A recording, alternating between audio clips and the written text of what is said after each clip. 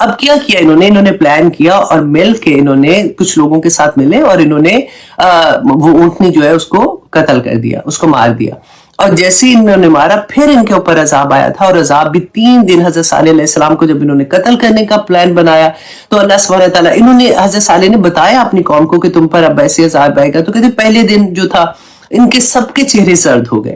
اب ان کو پتا تھا, ان کو 3 دن کی جیسے مہلت تھی, انہوں نے کہا کچھ نہیں ہونا, ایسی اب رات ہوئی تو کہ انہوں نے کہا دیکھا کچھ بھی نہیں ہوا. اب اگلا دن ہوا تو ان کے چہرے سب کے سرخ رنگ کے ہو گئے. پھر کہتے سارا دن گزرا, تیسرا دن آیا تو سب کے چہرے سے آؤ گے, اس کے باوجود بھی یہ ایمان نہیں لائے. اب آپ دیکھیے جب کورونا آیا تھا تو کیا ہوا تھا, چیخیں نکل گئی تھی نا ہم لوگوں کی, اذانیں کہاں مطلب اپنی چھتوں پہ چڑھ کے سب اذانیں دے رہے ہیں, مسجدوں میں اذانیں ہو رہی ہیں, دعائیں کر رہے ہیں, ٹی وی پہ بھی یہی آتا جا رہا ہے, یہ دعا پڑھے یہ دعا پڑھے. گزر گیا, پھر کیا ہوا, وہی سارا کچھ, وہی ڈانس, وہی پارٹیز, وہی شادیاں, وہی مہندیاں, وہی سارا کچھ ویسے کا ویسے. اب کچھ چینج لگ رہا ہے اتنی دیر کے بعد آپ کو؟ نہیں ہے نا. اللہ اکبر. کیونکہ آپ جب تک ریلیٹ نہیں کریں گے ان چیزوں کو نا تو ہمیں قرآن کی اس طرح سے سمجھ نہیں آئے گی. حالانکہ ابھی بھی ہم بالکل سطح پہ پڑھ رہے ہیں, ابھی بھی کوشش یہی ہے کہ بس ہم اس میں عمل والی چیز لیں کہ یہ آیا میری زندگی میں کیا عمل کرنے کے لیے ہے اور مجھے اللہ سبحانہ تعالیٰ اس میں کیا سبق دے رہے ہیں. اب انہوں نے کیا کیا کہ جب تیسرے دن بھی اس طرح سے ہوا تو تیسرا دن ختم ہوا, انہوں نے کچھ نہیں ہونا, تو پھر صبح ہونے سے پہلے ان کے اوپر چیخ اور زلزلہ 2 عذاب آئے تھے. اب چیخ کا مقابلہ کیا کوئی کر سکتا ہے؟ اب جیسے کوئی پانی آتا ہے یا بند باندھ لے یا کچھ ایسی چیز کر لے, لیکن ایک ایک بندہ کہتے جہاں جہاں جس جگہ تھا وہاں پہ وہ اسی طرح سے وہ ڈھیر ہو گیا. رسول اللہ صلی اللہ علیہ وسلم نے فرمایا تھا سوائے ایک آدمی کے, جب پوچھا تھا حضرت جابر بن عبداللہ رضی اللہ عنہ نے کہ رسول اللہ صلی اللہ علیہ وسلم وادی ہجر میں ٹھہرے ہوئے تھے تو آپ نے فرمایا کہ یہ صالح علیہ السلام کی قوم ہے جسے اللہ نے ہلاک کر دیا, سوائے اس شخص کے جو حرم میں تھا. اس وقت ان کی وادی سے کوئی ایک بندہ حرم میں گیا تھا. آپ دیکھیں اس زمانے میں بھی حرم میں یہ جاتے تھے, رائٹ, تو حرم میں تھا وہ بچہ, جب وہ وہاں سے نکلا تو اس کے بعد اس کے اوپر بھی عذاب آ گیا تھا. تو حضرت رسول اللہ صلی اللہ علیہ وسلم ایک دفعہ یہ وادی جو تھی نا, کیونکہ عرب کے لوگ اس سے فیملیئر تھے, کیونکہ جب یہ گزرتے تھے سفر کرنے کے لیے تو یہ وادی راستے میں آتی تھی. جب تبوک کا سفر انہوں نے کیا تھا, جنگ تبوک ہم نے پڑھی تھی پہلے بھی, اس کے بارے میں ہم نے کافی ڈیٹیل میں پڑھا تھا. تو رسول اللہ صلی اللہ علیہ وسلم نے جب راستے میں قیام کیا تو صحابہ سے فرمایا تھا کہ اصحاب ہجر کے متعلق فرمایا کہ اس قوم کے پاس سے جب گزرو تو روتے ہوئے گزرو ورنہ نہ گزرنا, اور ورنہ تم پر بھی ویسا ہی عذاب نازل ہو جائے گا جیسا کہ ان پر ہوا تھا. اور اپنا چہرہ رسول اللہ صلی اللہ علیہ وسلم نے چادر سے ڈھانپ لیا تھا, کیونکہ وہاں پہ تھوڑی دیر جب رکے تو صحابہ نے آٹا گوندھ لیا وہاں پہ, اور وہ پانی ڈول جیسے بھرتے ہیں, کیونکہ اس وقت ساتھ تو نہیں لے کے چل رہے ہوتے تھے نا, تو کنواں جہاں بھی ہوتا تھا وہاں پہ وہ جگہ بنا لیتے تھے. تو جب رسول اللہ کو پتہ چلا تو انہوں نے فرمایا دیکھیں تبوک کا سفر آپ لوگوں کو اگر یاد ہے کہ کتنا مشکل تھا, کھانا ختم ہو گیا, اور اتنا جو پانی اونٹوں کو ذبح کر کے ان کا جو پانی تھا وہ نکال کے پینا پڑا تھا ان کو. تو اس وقت رسول اللہ صلی اللہ علیہ وسلم نے ان کو حکم دیا کہ پانی گرا دو اور جو آٹا گوندا ہے اسے اونٹوں کو کھلا دو, تاکہ اور پانی واپس آ کے حضرت اس کنویں سے لو جہاں سے اونٹنی پانی پیا کرتی تھی, یہاں کا پانی بھی نہیں تم پیو. اللہ اکبر. تو یہ وہ قوم تھی, اور اللہ سبحانہ تعالیٰ رسول اللہ صلی اللہ علیہ وسلم کو اس کے بارے میں بتا رہے تھے کہ اصحاب. اچھا اب یہاں پہ دیکھیے کہ اصحاب الحجر جو تھے یہ سمود کی قوم, انہوں نے تو حضرت صالح کو جھٹلایا تھا نا صرف. اللہ سبحانہ تعالیٰ نے یہ فرمایا یہاں پہ وَلَقَدْ كَذَّبَ أَصْحَابُ الْحِجْرِ, اصحاب الحجر نے جھٹلایا المرسلین, رسولوں کو. تو آپ دیکھیے کہ ہمارے لیے بھی, کیونکہ ایک رسول کو جھٹلانا, ایک رسول کو نہ ماننا, تمام رسولوں کا انکار کرنا, مسلمان ہی نہیں ہو سکتے.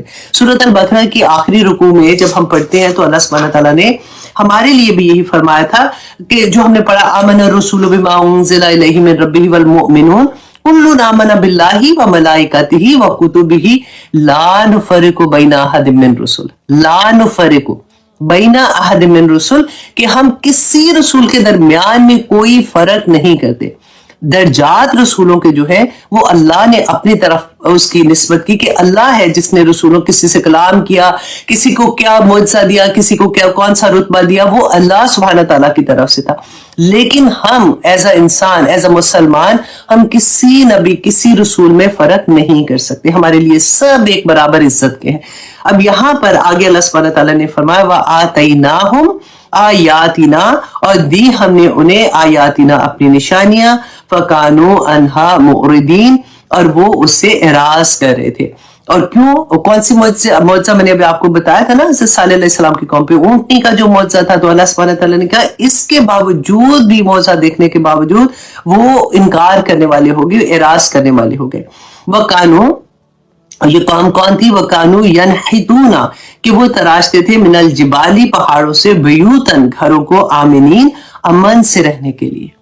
اتنی بہادر قوم, اتنی آپ سوچیں کہ کیسے وہ بناتے ہوں گے. ہماری تو اب آج کے زمانے میں ہم دیکھیں کرینیں اتنی بڑی اوپر جاتی ہیں, اور پھر جا کے کس طرح سے یہ سارا کچھ ہوتا ہے. بڑے فخر کی بات ہوتی ہے کہ پہاڑ کے اوپر گھر ہے اور یہ ہے وہ ہے. تو یہ پوری کی پوری قوم ہی ایسے تھی کہ پہاڑوں کے اندر ابھی تک, کہتے کہ ابن بطوطہ جب 8ویں صدی میں گئے تھے حج کرنے کے لیے, تو وہ رکے تھے. اور یہاں پہ بھی اب وہی بات ہے کہ اللہ سبحانہ تعالیٰ نے فرمایا کہ جس کے گھر میں تھے. اب حضرت یوسف کی سائڈ دیکھیے کہ وہ بچہ جس کے گھر میں ہے, اس کے پریشر میں بھی ہے, اب وہ عورت ان کو فلرٹ کر رہی ہے, اس کو اپنی طرف لے جا رہی ہے. تو اللہ سبحانہ تعالیٰ نے آگے کیا فرمایا کہ ہوا کیا تھا. اب یہ سٹوری تو بہت پہلے سے چل رہی تھی نا, اب وہ ٹائم آ گیا کہ جب اسے اب برداشت نہیں ہو رہا تھا, وہ اس کو کسی بھی طرح سے اس کے ساتھ وہ گناہ کرنا چاہ رہی تھی, جو اس حد تک کہ وہ بالکل ہی وہ ورڈ میں بار بار نہیں بولوں گی, یو انڈرسٹینڈ. وَغَلَّقَتِ الْأَبْوَابَ, تو اس نے کیا کیا, اچھی طرح سے اس نے دروازے بند کر لیے. وَقَالَتْ, اور کہا, حَيْتَ لَكْ, کہ آ جاؤ تم, قَالَ, کہا, مَعَاذَ اللَّهِ, کہ اللہ کی پناہ. اب آپ دیکھیے, آپ میں سے ہر کوئی کو میں ایک بات بتانا چاہوں گی کہ یہ جو کہا یوسف علیہ السلام نے کہ اللہ کی پناہ, تو یہ ایک دعائیہ کلمہ ہے جس میں یہ اعوذ باللہ سے بھی بڑا ہے کہ اللہ کی پناہ, کہ اے اللہ مجھے سنبھال لے, اے اللہ مجھے اپنی حفاظت میں کر لے, اے اللہ میں بے بس ہوں, میں کچھ نہیں کر سکتا. جب بھی ہم میں سے کوئی بھی کبھی بھی کسی سچویشن میں آئے گا تو یہی دعا پڑھیے گا, اعوذ باللہ. اگر یہ یاد ہے اعوذ باللہ من الشیطان الرجیم, تو ہماری زندگی میں اتنا کامن ہے نا, وہ پڑھ لیا کریں, اللہ اپنی حفاظتوں میں لے لے گا. آپ دیکھیے کہ آج کل کتنا کامن ہے, جاب پہ ہراسمنٹ ہوتی ہے, اسکولوں میں بچوں کے, کیونکہ آدمی پڑھا رہے ہوتے ہیں تو اسکول میں بھی ایسی والی چیزیں ہم نے دیکھی ہیں. گھروں میں جو کام والے ہیں ادھر ہراسمنٹ ہو رہی ہوتی ہے. اب وہ زمانہ آ گیا کہ ہم وی ٹاک اباؤٹ, اور کرنا بھی چاہیے, کہ ہم چھوٹے چھوٹے بچوں کو good touch and bad touch کا بتا رہے ہوتے ہیں کہ بیٹا یہ یو ہیو ٹو انڈرسٹینڈ کہ گڈ ٹچ کیا ہوتا ہے, بیڈ ٹچ کیا ہوتا ہے, ایسے نہیں کرنا, ایسے نہیں کرنا. الحمدللہ یہ اتنی اویئرنیس تو آ گئی ہے ہم لوگوں میں, لیکن اب دیکھیں کہ ہمارا معاشرہ جا کدھر رہا ہے. یہاں پہ اللہ سبحانہ تعالیٰ یہ جو فرمائے کہ انہوں نے کیا کہا تھا کہ اللہ میں تیری پناہ میں آتی ہوں. اسی طرح سے ہم صبح شام کے کلمات بھی پڑھتے ہیں نا, کہ اعوذ بکلمات اللہ التامہ والے, تو وہ ایوری مارننگ ایوری نائٹ ضرور پڑھا کریں جب بھی کبھی آپ کام میں ہوں گے, کیونکہ کئی دفعہ ہوتا ہے مجبوریاں ہو جاتی ہیں لوگوں کی. اور میں آئی ڈو انڈرسٹینڈ, بہت ابھی ریسنٹلی میری ایک بچی سے بات ہوئی ہے, اتنی پیاری بچی جس کی خدی جاب چھٹ گئی. ابھی اس کے لیے اتنا مشکل ہو رہا ہے کیونکہ وہاں پہ باس جو ہے وہ اس کے ساتھ جو بھی غلط کرنے کی کوشش کر رہا تھا, اور اس نے جب کمپلین کی اوپر والے باس کو, تو وہ آپس میں ملے ہوئے تھے, تو اس کو جاب چھوڑنا پڑی. تو بہت کچھ ہے. تو اللہ سبحانہ تعالیٰ اپنی حفاظتوں میں رکھے. بس یہ والا کلمہ میں نے آپ کو بہت زور سے بتانا تھا کہ کبھی بھی زندگی میں کہیں پھنس جائیں, اعوذ باللہ من الشیطان الرجیم یہ پڑھا کریں. ہمیں تو یہ لگتا ہے نا, ہم تو اس لیے پڑھتے شیطان دور ہو, نہیں, اللہ جی مجھے اپنی حفاظت میں لے لیں, یا اللہ میں بہت کمزور ہوں, یا اللہ میں اس فتنے سے نہیں نکل پا رہی ہوں, میں نکلنا چاہتی ہوں, یا اللہ میں پھنس گئی ہوں اس کے اندر. کسی بھی حال میں دیکھیں یہ ایک پکار اللہ سبحانہ تعالیٰ کو, معاذ اللہ, اللہ تیری پناہ, انہو ربی. اور اب وہ کیا جواب دے رہے ہیں اس عورت کو جب اس نے کہا کہ آ جاؤ, بے شک ربی میرا رب, احسن مسوایا, کہ اس نے مجھے اچھا ٹھکانہ دیا. اب اس کی دو طرح کی تفسیر مفسرین کرتے ہیں. نمبر 1 یہ کہ اگر تو اس نے ربی اس زمانے میں اپنے اس کو بھی کہتے تھے, جو جس کا غلام ہوتا تھا نا بندہ, تو اس کے مالک کو بھی ربی کہتے تھے. رسول اللہ صلی اللہ علیہ وسلم نے منع کر دیا تھا کہ اس کے بعد سے کوئی غلام جو ہے وہ اپنے آقا کو رب نہیں کہے گا. تو اس کا یہ بھی آتا ہے کہ انہوں نے یہ کہا ہوگا کہ میرے تو جس نے مجھے خریدا ہے اس نے مجھے اتنی اچھی جگہ پہ رکھا, اتنی اچھے سے رکھا, تو میں احسان فراموش نہیں ہو سکتا ہوں. لیکن دوسری تفسیر میں یہ آتا ہے کہ انہوں نے یہ کہا ربی میرا رب مطلب اللہ سبحانہ تعالیٰ احسن مسوایا کہ مجھے اچھا ٹھکانہ دیا، اچھی جگہ پہ رکھا ہے، انہو لا یفلح الظالمون کہ بے شک جو ظالم ہے نا وہ فلاح نہیں پاتے. کہ ہماری نماز میں ہمارا خیال ادھر ادھر بھٹک جاتا ہے، اور کئی دفعہ ایسا ہوتا ہے کہ ہم اپنی رکعت ہی بھول جاتے ہیں، اور پھر شیطان ہمارے اتنے وسوسے اس وقت دل میں ڈالتا ہے، اور ہوتا بھی یہی ہے کہ سارے دن کی پلاننگ اس وقت ہمارے ذہن میں آتی ہے. تو یہی بات ہمیں دیکھنا ہے کہ ہم اپنی نماز میں خشیت کیسے لے کے آئے، ہمارا دھیان کیسے نماز میں رہے. تو نبی صلی اللہ علیہ وسلم نے ہماری کیا رہنمائی کی تھی. حضرت عثمان بن ابی العاص کہتے ہیں کہ میں نے نبی صلی اللہ علیہ وسلم سے یہ پوچھا کہ میری نماز کے اور میری قرات میں شیطان حائل ہو جاتا ہے اور میری نماز کو مجھ پر شک میں ڈال دیتا ہے. تو نبی صلی اللہ علیہ وسلم نے کہا کہ یہ وہ شیطان ہے جس کو خنزب کہتے ہیں، اور اس کی یہ ذریات پوری ہے جو نماز میں شک و شبہ ڈالتی ہے. تو اس وقت اگر تمہیں ایسی حالت ہو تو تم اللہ سے پناہ مانگو، اللہ کی پناہ میں آ جاؤ، اور اپنی بائیں جانب 3 دفعہ تھتکارو، جیسے تھو ایسے کہتے ہیں نا، 3 دفعہ تھتکارو. اور یہ آپ نماز کی حالت میں دا مومنٹ آپ کو ایسا ہو آپ تب بھی کر سکتے ہو، اس سے نماز باطل نہیں ہوگی. تو ایسا کرو گے تو اللہ سبحانہ تعالیٰ شیطان کو تم سے دور کر دیں گے. تو حضرت عثمان بن ابی العاص کہتے کہ میں نے ایسے ہی کیا تو اللہ سبحانہ تعالیٰ نے اس کو مجھ سے دفع کر دیا. اب مشکات المصابیح کی شرح جنہوں نے لکھی ہے، حکیم الامت مفتی احمد یار خان نعیمی رحمہ اللہ علیہ کہتے ہیں کہ وہ اپنا ایک تجربہ بیان کرتے ہیں کہ وہ کیا کہتے تھے کہ جیسے اللہ اکبر کہنے وضو کیا، نماز کے لیے کھڑے ہوئے تکبیر تحریمہ سے پہلے وہ کہتے ہیں کہ لا حول ولا قوت آپ پڑھنے، اور پھر 3 مرتبہ اپنے لیفٹ سائڈ پہ تھو تھو تھو ایسے کرتے ہیں نا، تھتکارتے ہیں، ایسے آپ نے کیا، پھر آپ نے اللہ اکبر کیا، اور اس کے بعد آپ نے اپنی نگاہ کی حفاظت کی. نگاہ کی حفاظت کیسے کرنا ہے؟ جب آپ قیام کی حالت میں ہیں تو آپ کی نگاہ جو آپ کی سجدے کی جگہ پہ ہونی چاہیے، اور جس وقت آپ رکوع میں جاتے ہیں تو پاؤں کی پشت انہوں نے لکھا ہے کہ جب آپ اس طرح آپ کی نگاہ ہونی چاہیے. بعض لوگوں نے اس کو پاؤں کا انگوٹھا جو ہوتا ہے ادھر بھی کہا کہ آپ اپنی نگاہ وہاں پہ رکھیں. تو ادھر وے آپ کچھ بھی دونوں میں سے جو بھی چیز کریں گے. اور پھر جب آپ اس کے بعد سجدے میں جاتے ہیں تو آپ کی نگاہ جو ہے اپنے ناک کے بھانسا، یہ جو جگہ ہوتی ہے نا وہاں پہ آپ کی نگاہ ہوگی. اور جب آپ قادم میں آتے ہیں تو آپ تحیات پڑھتے ہیں تو آپ کی نگاہ آپ کی گود میں ہوگی. تو آپ اپنی نگاہ کی بھی حفاظت کریں گے تو پھر انشاءاللہ آپ کو ایسی پرابلم نہیں ہوگی اور آپ کا کبھی بھی خیال ادھر ادھر نہیں بھٹکے گا. اب انشاءاللہ ایسا کرنے سے ہمارا خیال جو ہے جو ادھر ادھر بھٹک جاتا ہے، ہمارا دماغ میں 100 طرح کی پلاننگ آ جاتی ہیں، وہ نہیں آئیں گی. آپ کر کے دیکھیے گا انشاءاللہ اللہ سبحانہ تعالیٰ ہماری نمازوں میں خشوع و خضوع رکھے. آمین ثم آمین. السلام علیکم ورحمۃ اللہ وبرکاتہ.